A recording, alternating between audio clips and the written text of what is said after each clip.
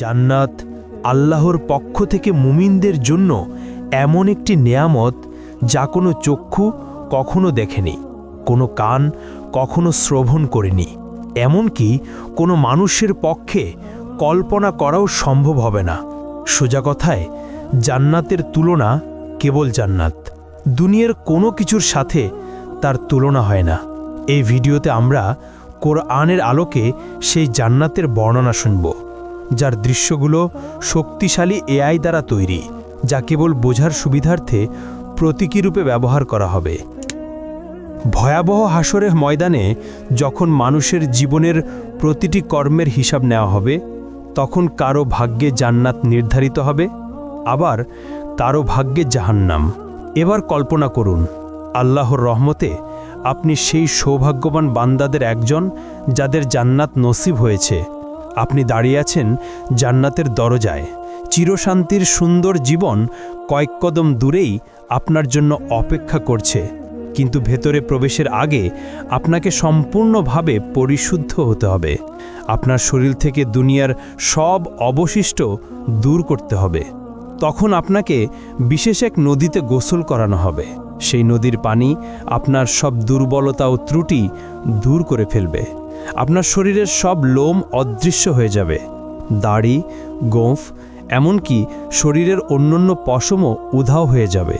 ফলে আপনি হবেন ৩৩ বছরের টকবগে সুদর্শন মানুষ। কিন্তু এখনও আপনি পুরোপুরি প্রস্তুত নন, আরও কিছু ধাপ বাকি আছে। অতঃপর আপনার জন্য প্রস্তুত করা বিশেষ এক ঝর্ণা থেকে আপনি পানি পান করবেন। এতে আপনি হবেন সম্পূর্ণ পবিত্র, ভিতর থেকে এবং বাহির থেকে পুরোপুরি জান্নাতের জন্য প্রস্তুত। তারপর আপনি দাঁড়াবেন সেই ফেরেশতার সামনে, যার দায়িত্ব হলো আপনার জন্য দরজা খুলে যাওয়া।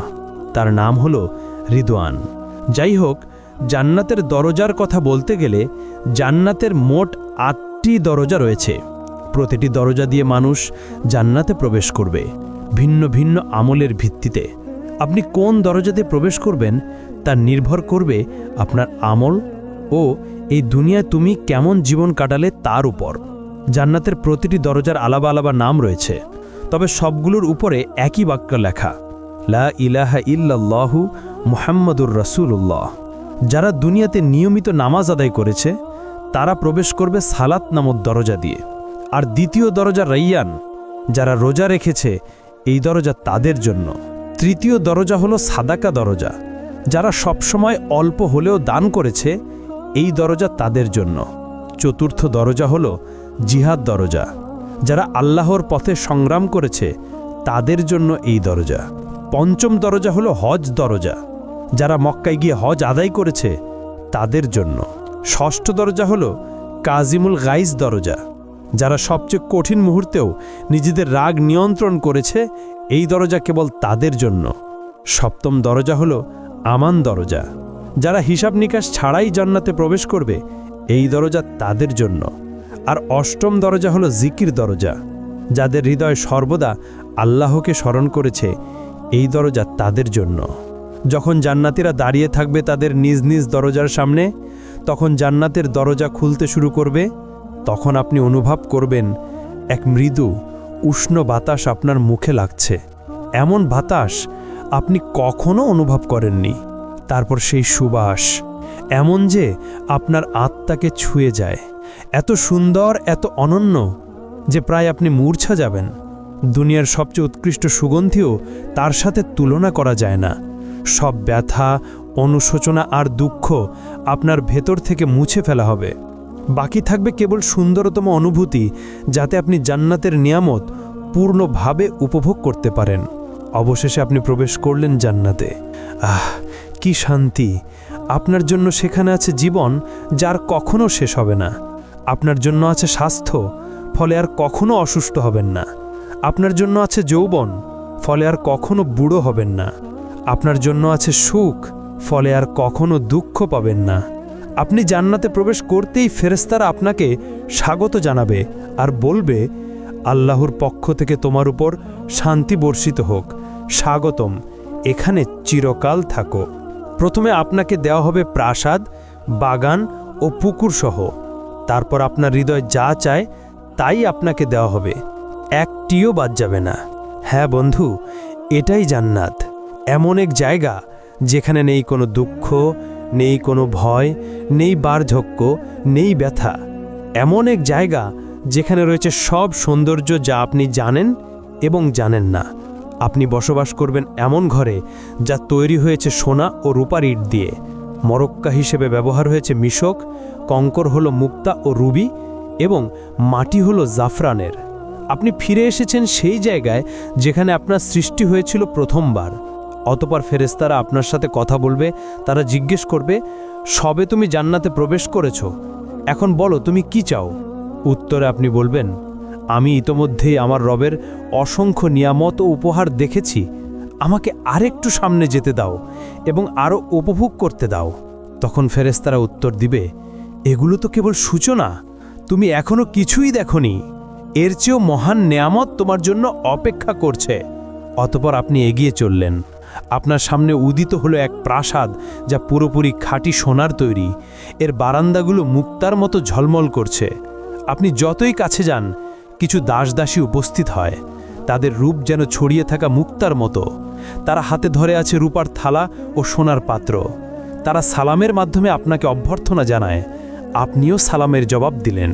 আপনি সিদ্ধান্ত নিলেন এখানেই থেকে যেতে, কিন্তু ফেরেশতারা বলল, এর চেয়েও মহান নেয়ামত সামনে আছে, চলতে থাকো।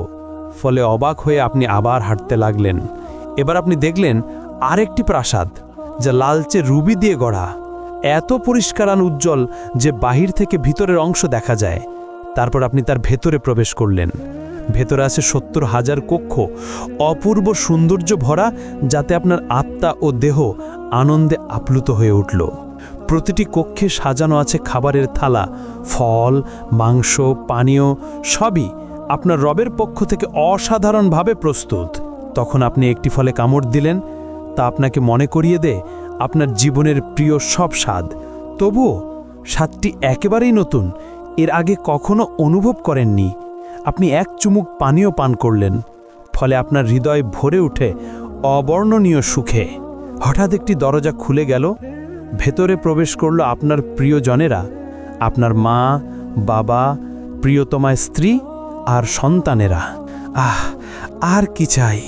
আনন্দে আপনার নিঃশ্বাস আটকে যাওয়ার মতো অবস্থা। যেসব মুমিনদের সাথে আপনি পৃথিবীতে চলাফেরা করতেন, তারাও এখন আপনার পাশে। তাদের দেহ ঝলমল করছে আর মুখে সুন্দর হাসি। চতুর্দিকে প্রাসাদ, বৃক্ষ, নদী আর নিয়ামত, সব কিছু কেবল আপনার জন্যই সাজানো। এক সীমাহীন জগৎ যার কোনো সীমানা নেই। অতঃপর ফেরেশতারা আপনাকে পোশাক পরাবে, জান্নাতের জন্য বানানো বিশেষ পোশাক, সবুজ রঙের, সিল্কের মতো হালকা কিন্তু সমৃদ্ধ কারুকার্যময় ব্রোকেডের মতো ভারী। সেই পোশাকে আছে ৭০টি স্তর, প্রতিটি স্তর ভিন্ন রঙে সজ্জিত। পুরো পরিবেশ যেন এক উৎসব, যা শুধু আপনাকে স্বাগত জানানোর জন্য। শান্ত, প্রশান্ত, অসংখ্য দাসদাসী পাশে প্রস্তুত, যে কোনো মুহূর্তে সেবা দেওয়ার জন্য। আপনি বিস্ময়ে ভাবলেন, এখন আমি কি করব, কোথায় যাব? তখন এক আয়োজন শুরু হলো। একটি মেষ আনা হলো এমন এক জায়গায় যা জান্নাতবাসী ও জাহান্নামবাসী উভয়ই দেখতে পায়। কিন্তু এই মেষ সাধারণ প্রাণী নয়, এর নাম মৃত্যু। এরপর যা ঘটে তা আপনার হৃদয়কে চিরস্থায়ী শান্তির আরও কাছাকাছি নিয়ে যায়। একটি ঘোষণা শোনা যায়, হে জান্নাতবাসীগণ, তোমরা জানো এটি কে? তখন জান্নাতবাসীরা মাথা তোলে এবং বলে, হ্যাঁ, এটি মৃত্যু। অতঃপর আবার ঘোষণা হয়, হে জাহান্নামবাসীগণ, তোমরা জানো এটি কে? তখন জাহান্নামবাসীরাও মাথা তোলে এবং বলে, হ্যাঁ, এটি মৃত্যু। এরপর একজন ফেরেশতা সেই মেষকে কোরবানি করল, ফলে মৃত্যুর মৃত্যু হলো এবং ঘোষণা দেওয়া হলো, হে জান্নাতবাসীগণ, তোমরা এখনো চিরকাল বাঁচবে, তোমাদের আর মৃত্যু নেই। হে জাহান্নামবাসীগণ, তোমরাও চিরকাল থাকবে, তোমাদের জন্যও আর মৃত্যু নেই। হ্যাঁ বন্ধু, এখন আর মৃত্যু নেই। আপনি আর কখনো অসুস্থ হবেন না। আপনি চিরকাল বাঁচবেন। আপনার আর মৃত্যু নেই। জান্নাতবাসীদের জন্য এটাই হলো চিরন্তন আনন্দ, শান্তি ও নিয়ামতের সময়। যদি আপনি এই জীবনে বিবাহিত হন এবং উভয়ই জান্নাতে প্রবেশ করেন, তাহলে আপনাদের বন্ধন আবার ফিরিয়ে দেওয়া হবে, কিন্তু এবার আর কখনো আলাদা হতে হবে না। যেই স্বামী বা স্ত্রী জান্নাতে উচ্চ মর্যাদা পাবে, অন্যজনকেও সেই স্তরে তুলে দেওয়া হবে। সেখানে থাকবে না কোনো ঝগড়া, না হৃদয় ভাঙা, না বিশ্বাসঘাতকতা। থাকবে শুধু খাঁটি ভালোবাসা, যা প্রতি মুহূর্তে আরও গভীর হবে। স্ত্রী ও স্বামী সময়ের সাথে আরও সুন্দর হয়ে উঠবে। একজন বাইরে থেকে ফিরে এলে অন্যজন তাকে দেখবে আগের চেয়েও সুন্দর রূপে, এবং উভয়ই একই কথা বলবে, তুমি আগের চেয়ে আরও সুন্দর লাগছো। নারীরা এতটাই সুন্দর হবে যে তারা দুনিয়ার সবচেয়ে অপূর্ব নারীদেরও ছাড়িয়ে যাবে তাদের স্বামীদের জন্য। কিন্তু যদি আপনি বিবাহিত না হন বা স্বামীর সাথে কখনো শান্তি না পান, তাহলে আল্লাহ আপনাকে দিবেন তার থেকেও উত্তম সঙ্গী, যিনি শুধু আপনার জন্য সৃষ্ট, এতটাই সুন্দর যা আপনি কখনো কল্পনাও করেননি। আপনি যখন তার চোখের দিকে তাকাবেন, আপনার হৃদয় মনে করবে এই মুহূর্তের জন্যেই সে সৃষ্ট। আপনি তার হাত ধরবেন এবং একসাথে হাঁটবেন চিরন্তন জীবনে স্বামী স্ত্রী হয়ে। জান্নাতে মানুষ উঠতে পারবে, অসীম উপত্যকা, বৃক্ষ ও পাহাড়ে হেঁটে বেড়াতে পারবে, অথবা মুহূর্তেই এক জায়গা থেকে আরেক জায়গায় টেলিপোর্ট করতে পারবে। মানুষ জান্নাতে চিন্তার গতিতে চলাফেরা করবে, যেমনটা বর্তমানে আত্মা করে। কারণ আত্মা যখন দেহের কারাগার থেকে মুক্ত হয়, সে তখন স্বাধীনভাবে চলে বেড়ায়, স্বপ্নের মতো। আপনি দুনিয়াতে চোখ বন্ধ করলে হয়তো লন্ডন দেখেন, পরের মুহূর্তেই টোকিও বা ইস্তানবুলে পৌঁছে যান, কিন্তু জান্নাতে এই স্বপ্নের মতো অভিজ্ঞতাই হবে বাস্তব। হ্যাঁ, জান্নাতবাসীরা পাখির মতো উড়বে। তারা বাগান, পাহাড় ও প্রাসাদ ভ্রমণ করবে, যা কোনো চোখ আগে দেখেনি। তারা বন্ধুদের সাথে মিলিত হবে, খাবে, দাবে, গভীর আলাপচারিতা উপভোগ করবে, যা দুনিয়ার আনন্দদায়ক আলাপের চেয়েও উত্তম হবে। তারা ভোজ আয়োজন করবে, নবীদের সাথে বসবে, সরাসরি সাহাবীদের কাছ থেকে তাদের কাহিনী শুনবে, আউলিয়ার সাথে সাক্ষাৎ করবে এবং উষ্ণ আনন্দঘন কথোপকথনে অংশ নেবে, যা দেবে অফুরন্ত আনন্দ। আর দুনিয়ার সবচেয়ে বড় সমস্যা একাকিত্ব চিরতরে শেষ হয়ে যাবে। সেখানে আর কেউ একা বোধ করবে না। দুনিয়ার অচেনা মানুষ, গরিব, অসুস্থ, বন্দী, সমাজের তাড়ানো মানুষরা সেদিন তারও ফিরে তাকাবে সব কষ্টের দিকে এবং বলবে, এই কষ্ট তো কিছুই ছিল না। আমার রব আমাকে এমন সৌন্দর্য, বন্ধু আর নেয়ামত দিয়েছেন নিজের সান্নিধ্য থেকে। যদি আমি এর চেয়েও ভয়াবহ কষ্ট ভুগতাম, তবুও আমি সন্তুষ্ট থাকতাম। জান্নাতবাসীরা জান্নাতে কি খাবে এবং কি পান করবে? যখন মানুষরা প্রথম জান্নাতে প্রবেশ করবে, তখন তাদের প্রথম খাবার হবে এক তিমির কলিজা। হাদিসের ভাষ্যমতে এটি সেই তিমির কলিজা যেই তিমি দুনিয়াতে হজরত ইউনুস আলাইহিস সালামকে গিলে নিয়েছিল। আসলে জান্নাতে কোনো খাবারের প্রয়োজন হবে না। সেখানে খাওয়া দাওয়া হবে কেবল আনন্দের জন্য। বিশেষ করে পাখির মাংস এবং ফলমূলের মধ্যে ডালিম, আঙুর, চেরি, কলা এবং খেজুর থাকবে। আর পানীয় হিসেবে থাকবে সোনার পেয়ালায় দুধ, মধু, বিশুদ্ধ পানি, কাফুর ও তাসনিম। জান্নাতবাসীরা এই নিয়ামতগুলো চিরকাল ভোগ করবে, কিন্তু কখনো ক্ষুধা বা তৃষ্ণা অনুভব করবে না। জান্নাতের মূলত 7টি স্তর রয়েছে। ইবনে আব্বাস রাদিয়াল্লাহু আনহু থেকে বর্ণিত একটি রেওয়ায়েতে আমরা এটাই জানতে পারি। প্রথম স্তর জান্নাতুল ফিরদাউস। এটি জান্নাতের সর্বোচ্চ স্তর, এটি জান্নাতের কেন্দ্রস্থলে অবস্থিত এবং সবচেয়ে মূল্যবান অংশ। এটি সরাসরি আল্লাহ আরশের নিচে। হাদিসের ভাষ্যমতে জান্নাতুল ফিরদাউসে 4টি বিভাগ রয়েছে। 2টি বিভাগে সব কিছু সোনার তৈরি আর 2টি বিভাগে সব কিছু রূপার তৈরি। কে কে এই ফিরদাউসে প্রবেশ করবে? যারা নামাজে বিনয় প্রদর্শন করে, যারা নিরর্থক ও অযথা কাজ থেকে বিরত থাকে, যারা যাকাত দেয়, যারা নিজেদের পবিত্রতা রক্ষা করে, যারা আমানত ও ওয়াদা পূর্ণ করে, যারা নিয়মিত নামাজ আদায় করে অবহেলা ছাড়া, তারাই পাবে এই জান্নাতুল ফিরদাউস। আর দ্বিতীয় স্তর হল জান্নাতে আদান। এটি নবী রাসূল, সত্যবাদী, শহীদ ও সৎ মুমিনদের জন্য। এখানে থাকবে কল্পনার অতীত সৌন্দর্য। এর ভেতরে সোনার নদী প্রবাহিত হবে, ফেরেশতারা মুমিনদের অভিনন্দন জানাবে এবং ধৈর্যের জন্য জান্নাতের সুসংবাদ দেবে। তৃতীয় স্তর হল জান্নাতুন নাঈম। এটি নেয়ামত ও শান্তিতে পূর্ণ এক জান্নাত। যা মুমিন চাইবে সব কিছু সেখানে থাকবে। তারা আল্লাহর অনুগ্রহে চিরস্থায়ী আনন্দে বসবাস করবে। আর চতুর্থ স্তর হল দারুল খুলুদ, বিশ্বাসীদের জন্য চিরন্তন সুখের আবাস। এখানে কোনো ভয় বা দুঃখ থাকবে না। অসংখ্য নেয়ামতে পরিপূর্ণ হবে এর অধিবাসীরা। পঞ্চম স্তর হল জান্নাতুল মাওয়া, বিশেষভাবে শহীদদের জন্য প্রস্তুতকৃত জান্নাত এটি। তারা সেখানে আল্লাহর অফুরন্ত নেয়ামত উপভোগ করবে এবং চিরন্তন সুখে থাকবে। আর ষষ্ঠ স্তর হল দারুস সালাম, বিশ্বাসীদের জন্য চিরন্তন শান্তি ও নিরাপত্তার জান্নাত, যেখানে থাকবে না কোনো ভয়, দুঃখ কিংবা কোনো মন্দ কিছু। সপ্তম স্তর হল ইল্লিয়ুন, উচ্চ ও মহান স্থান, যেখানে আল্লাহর নিকটবর্তী ফেরেশতারা এবং সৎ মুমিনরা অবস্থান করবে। তাদের মুখমণ্ডল থেকে নির্গত আলো সমস্ত জান্নাতকে আলোকিত করে তুলবে। এমনকি জান্নাতের সেই স্তরও আলোকিত হবে যা সবচেয়ে দুর্বল মুসলিমকে দেওয়া হবে, তা হবে 10টি বিশ্বের সমান বিশাল। আর যখন জান্নাতীরা জান্নাতের উঁচু স্তরে থাকা প্রাসাদগুলোর দিকে তাকাবে, তাদের দূরত্ব এতটাই বিশাল হবে যে তারা সেগুলোকে তারার মতো দেখবে, যেমন আমরা এই দুনিয়ার আকাশে দূর থেকে তারাগুলো দেখি। তারা ধীরে ধীরে অভ্যস্ত হয়ে যাবে জান্নাতের জীবনের সাথে। চারপাশে থাকবে অমর যুবক খিদমতগাররা, যারা সবসময় তাদের সেবায় প্রস্তুত। তাদের আনন্দ দেওয়ার জন্য এবং সেবা করার জন্য আল্লাহ হুরগণকে সৃষ্টি করেছেন। তারা এতটাই পবিত্র যে কোনো মানুষ বা জিন তাদের স্পর্শ করেনি আগে। তারা এতটাই বিশেষ যে যদি তাদের মধ্যে একজনও এই দুনিয়ার কোনো সাগরে থুথু ফেলত, তাহলে দুনিয়ার সব সমুদ্র ও সাগর তাৎক্ষণিকভাবে নোনতা থেকে মিষ্টি পানিতে রূপান্তরিত হতো। জান্নাতে কেউ কখনো কোনো কিছুতে অসন্তুষ্ট হবে না এবং সেখানে হিংসা থাকবে না।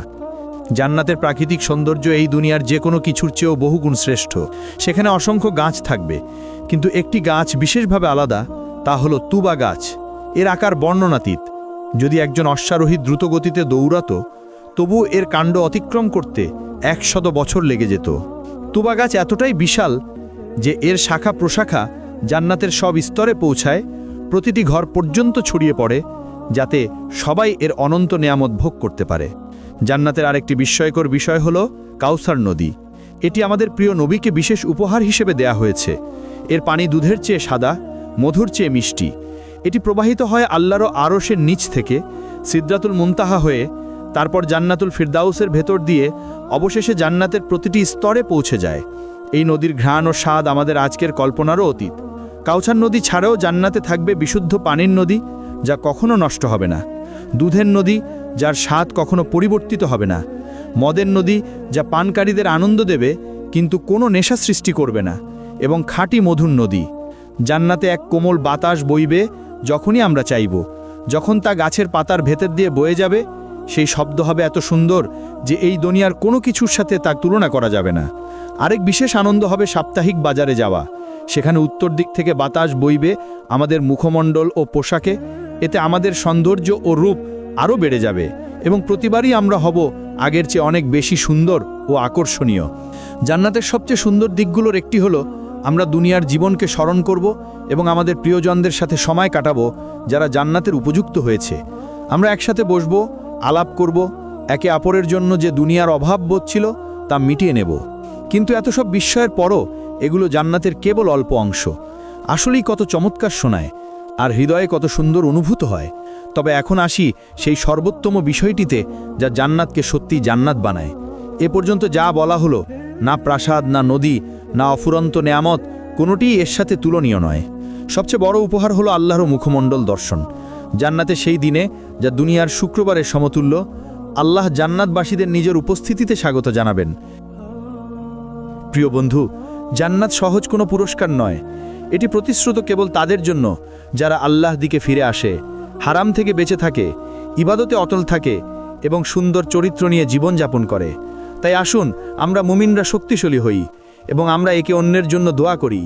আসুন আমরা সবাই নিজেদের জন্য এবং সব মুসলমানের জন্য দোয়া করি। আল্লাহ আমাদের ক্ষমা করুন, আমাদের প্রিয়জনদের সাথে জান্নাতে মিলিয়ে দিন আর আমাদের সবাইকে সর্বোচ্চ স্থান আল ফিরদাউস দান করুন।